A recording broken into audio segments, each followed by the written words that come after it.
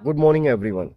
हमारा एक nursing tutor वाला वीडियो था, उस पर एक हमारे व्यूअर ने एक इंक्वायरी की है, एक क्वेरी पूछी है, क्वेश्चन पूछा है कि सर अगर कोई ऑलरेडी नर्सिंग ऑफिसर है और उसे ट्यूटर बनना हो तो उसके लिए टीचिंग एक्सपीरियंस कैसे लें। तो ये सवाल बिल्कुल अच्छा है, रेलेवेंट है। देखिए इसमें क्या है कि जैसे मान लीजिए आपने बीएससी नर्सिंग की है। अब या तो बीएससी नर्सिंग के बाद पहले से ही बच्चे की एक सोच है कि मुझे आगे टीचिंग लाइन में जाना है, तो वो क्या कर सकता है कि बीएससी नर्सिंग के जस्ट बाद ही पहले एक साल का, क्योंकि एक साल का मांगते हैं ज्यादातर ट्यूटर में, एक साल का मांगते हैं, कभी कभी 3 साल का भी मांगते हैं एक्सपीरियंस, और कभी कभी जीरो, बिल्कुल भी नहीं मांगते। तो मिनिमम एक साल तो उसे टीचिंग कर लेनी चाहिए, अगर उसके थर्ड ईयर फाइनल ईयर से ही ये सोच है कि मुझे आगे जाकर प्राइवेट में टीचिंग में उतरना है। पहला ऑप्शन ठीक। दूसरा ऑप्शन, मान लीजिए पहले इतनी समझ नहीं थी, बीएससी नर्सिंग की तैयारी की, गवर्नमेंट जॉब लग गई, अब नर्सिंग ऑफिसर बन गए, तो अब तो क्या ऑप्शन है। क्योंकि देखिए हर पोस्ट की एक रिक्वायरमेंट होती है, एक एजुकेशनल क्राइटेरिया होता है। जैसे आप नर्सिंग ऑफिसर हैं ऑलरेडी, आप आगे जाकर किस पोस्ट के लिए एलिजिबल हो जाएंगे, आपका जो एक्सपीरियंस है वो किस में काउंट हो जाएगा। सीनियर नर्सिंग ऑफिसर, एसएनओ की जो पोस्ट आती है, उसमें टीचिंग एक्सपीरियंस जिसने लिया है वो तो एलिजिबल नहीं होगा, उसके लिए आप एलिजिबल होंगे। तो हर पोस्ट का एक एजुकेशनल क्राइटेरिया होता है। आप एलिजिबल हैं नर्सिंग ऑफिसर के लिए, तो आगे जाके आप बनेंगे एसएनओ, उसमें ये एक्सपीरियंस 3 साल का मांगते हैं, वो काउंट होगा। ऐसे ही कोई टीचिंग कॉलेज में पढ़ा के आया है, वो ट्यूटर के लिए एक्सपीरियंस लेगा। तो दोनों एस्पेक्ट है। आप नर्सिंग ऑफिसर रहते हुए अगर टीचिंग एक्सपीरियंस लेना चाहते हैं तो वो आपको गवर्नमेंट जॉब में जाने से पहले ही होना चाहिए आपके पास।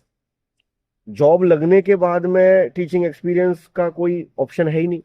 हाँ, क्लिनिकल एक्सपीरियंस आपका जो इकट्ठा हो रहा है वो एसएनओ पोस्ट के लिए आपके एलिजिबल करे। लेकिन इसमें एक बहुत इंपॉर्टेंट चीज बताना चाहूंगा मैं। एक तो जिनमें एक्सपीरियंस नहीं मांगते हैं उनमें आप ऑलरेडी एलिजिबल हैं, नंबर वन।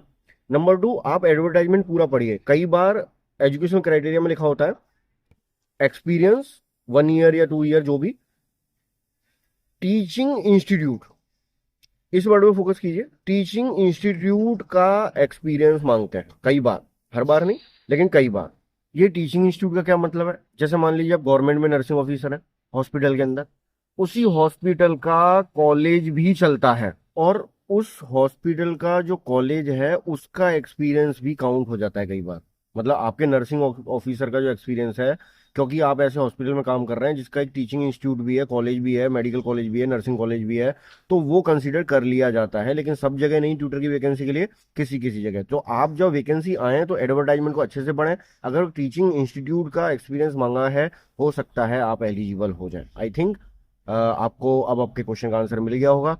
या तो जिसमें एक्सपीरियंस नहीं मांगा है उसके लिए एलिजिबल हैं, और या फिर कोई टीचिंग इंस्टीट्यूट की पोस्ट निकली है उसके लिए भी आप एलिजिबल हो सकते हैं। इसके अलावा थर्ड कोई ऑप्शन नहीं है। बट हाँ, आपके पास एक एडवांटेज है कि आप सीनियर नर्सिंग ऑफिसर के लिए, क्लिनिकल इंस्ट्रक्टर जैसी पोस्ट के लिए आपका एक्सपीरियंस काउंट हो रहा है, जो आगे जाके आपको करियर में काफी ग्रोथ देगा, काफी हेल्पफुल रहे। जितने भी बीएससी नर्सिंग स्टूडेंट मेरी बात सुन रहे हैं, जो ऑलरेडी अभी नर्सिंग में ही है, थर्ड ईयर में है, फाइनल ईयर में है, उनको भी एक ऑलरेडी एक एडवांटेज मिल गया होगा कि हाँ, अगर अभी से वो एक टीचिंग एक्सपीरियंस ले लेते हैं तो आगे जाकर उन्हें ट्यूटर की पोस्ट के लिए एक एलिजिबल वो हो जाएंगे। दूसरा ऑप्शन एमएससी नर्सिंग के लिए होता है।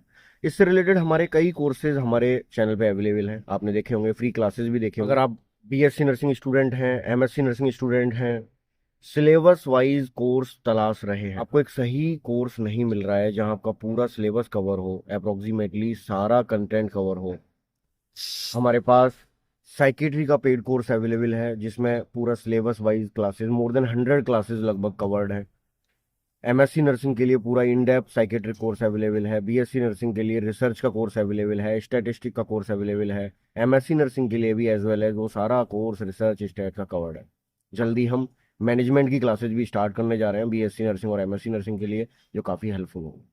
जुड़िए उपेंद्र सर लेक्चर से, सब्सक्राइब कीजिए, शेयर कीजिए अगर आप हमारी क्लासेस को एंजॉय कर रहे हैं। आपको हमारी क्लासेस हेल्पफुल लग रही हैं तो कमेंट बॉक्स में जरूर बताएं, और करियर रिलेटेड कोई भी क्वेरी है तो आप जरूर कमेंट करें, जिससे हम आपको फ्यूचर में करियर गाइडेंस दे सकें, जिससे आपकी हेल्प हो सके। Thank you and good luck.